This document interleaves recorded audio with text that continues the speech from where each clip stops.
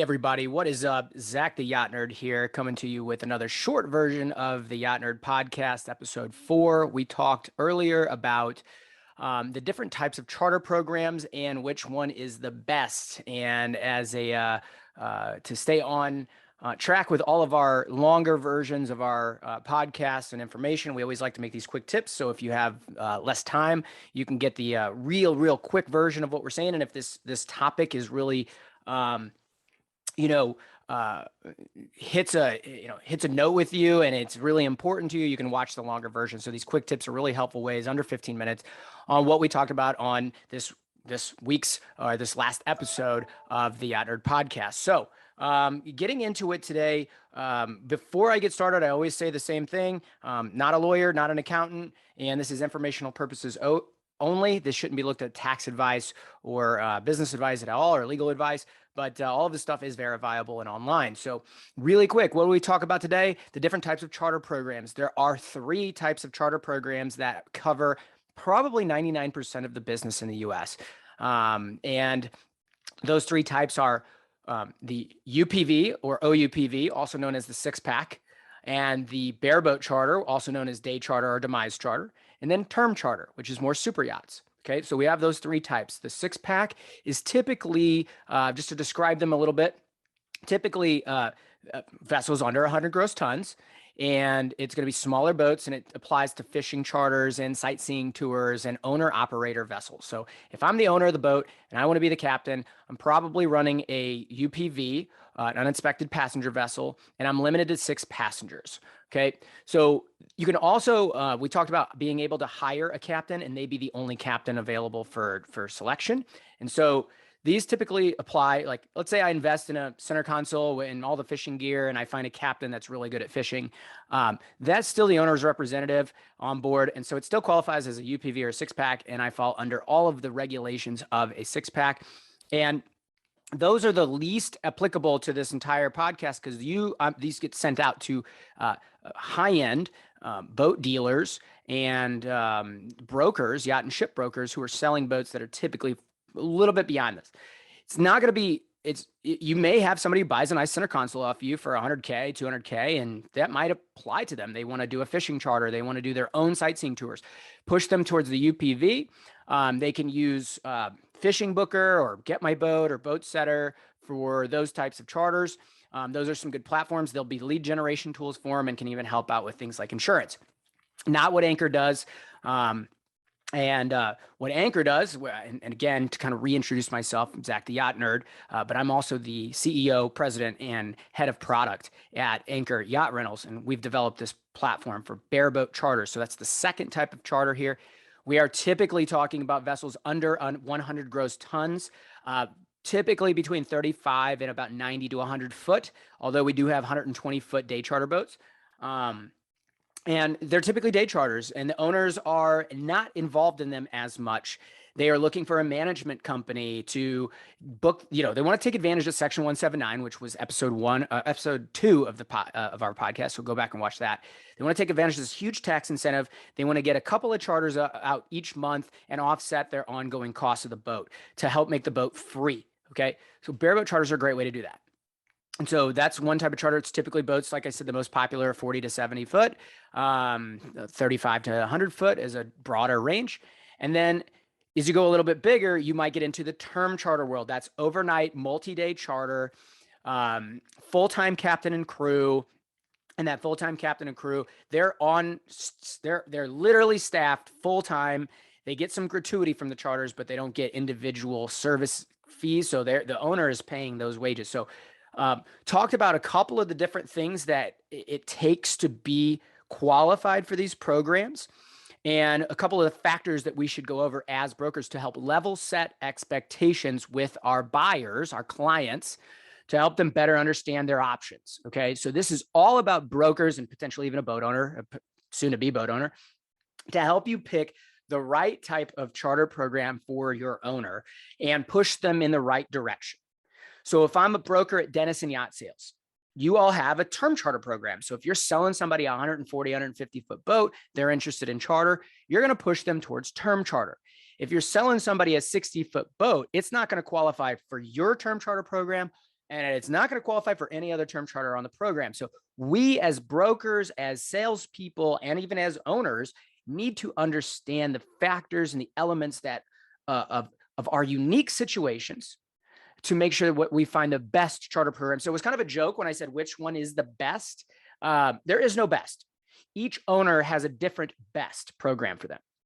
Okay, so if I'm buying a hurricane deck boat and I want to do sightseeing tours because now I'm retired and I live in Clearwater, Florida, and I want to go do dolphin watching tours, I want to drive the boat myself and I have a 6-pack Coast Guard license or an MMC, the OUPV or the UPV, the 6-pack charters are the best. If I'm a person buying $1 million 44-foot Aquila and I want to do some day charters locally when whatever market I'm in, let's call it Sarasota, Fort Lauderdale, West Palm, the Northeast sometimes, it doesn't matter, Texas, Emerald Coast, you name it, then a bareboat charter is going to be best for you.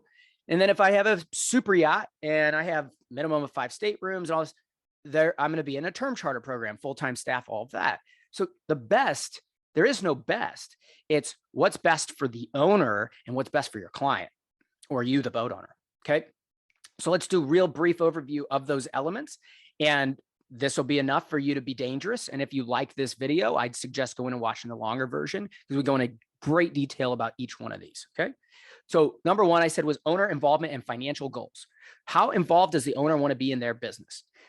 The type of person I mentioned for the 6-pack, they want to drive the boat. They want to work with the customers. They're doing this for retirement. They're not, maybe they're trying to do a profitable business or not, but they want to be heavily involved. Well, heavy involvement can fall under 2 categories. Heavy involvement from the owner could be either UPV because they want to drive the boat, or they want to drive their own business and create a charter business and a brand behind this. So then they could also do bareboat. Anchor is a managed marketplace. Our team does all the work for the owner. So when they click and list their boat on our platform for charter, they're hiring a management company for free. We only make money when the boat books. Okay. So owner involvement can border 2 areas. No owner involvement, that's Anchor again, bareboat, or term charter. Just like you all manage the business for your term charter boats in your super yacht program, we manage those listings and the specs and the sales and the planning and the paperwork, the payments, everything. So low owner involvement, you want to go here. So we have this crossover: high involvement, bareboat; low involvement, bareboat. Low involvement is going to be term charter, low involvement UPV, or I'm sorry, high involvement UPV. So low involvement in bareboat, get a managed service like Anchor. High involvement, if the owner wants to be a huge part of this and wants to hire staff and an admin and somebody answering phones and an accountant and all these different people to help manage this day charter business, which is not very common. I would say the best bet for them is a peer-to-peer platform like Get My Boat, Boat Setter, Click and Boat, Sailo, all these companies that have popped up. If the owner is looking for a managed service, that's when you're going to call up Anchor. They need it done for them. They don't know anything about charter, but they want to take advantage of the tax revenue they want to have, or the tax incentive. They want to take advantage of offsetting their costs with passive income. You call us. Okay. So owner involvement, very important. Also, owner involvement. How often does the owner want to use their own boat? Maybe they want to use their boat a lot and their boat does qualify for a term charter program, but the term charter program says, no, you have to black out your calendar from this date to this date. They may want to do bareboat charter instead. Most boat owners are willing to give up with the big boats. They're willing to give up some dates to optimize and maximize their income. But if it's a heavy use owner, it's going to be very hard for them to do a term charter program because they're going to want to be on the boat, a couple weekends a month or during the week, and it's just, it conflicts with the charter bookings. So higher usage, if the boat owner wants to use the boat a lot, the day charter program is very good for them because we give them an online calendar and they can block off as many dates as they want. And these are single day events.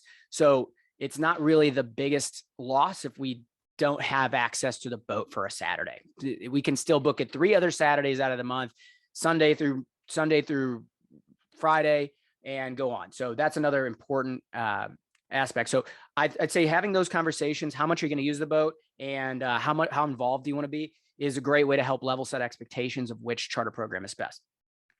The type of boat and size of the boat is going to be really important in determining. So this was another factor, the type and size of the boat. If they have, if they're sub 100 gross tons, again, bareboat's going to be their only option. And if they have let's say they have a 80-foot boat with 4 staterooms and 2 crew, they're not going to qualify for a term charter program. They have to have enough room to house all of the crew.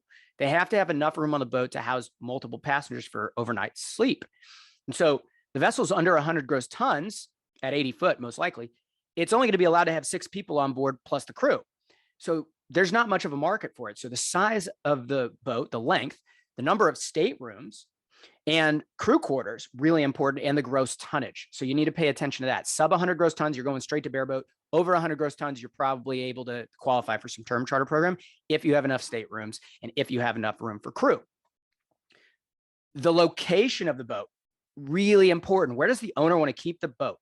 Most owners, don't want to have the boat go somewhere they didn't have in mind. So that means I don't want to ship my boat to the Bahamas. I don't want to ship my boat to the Northeast unless I wanted to go there.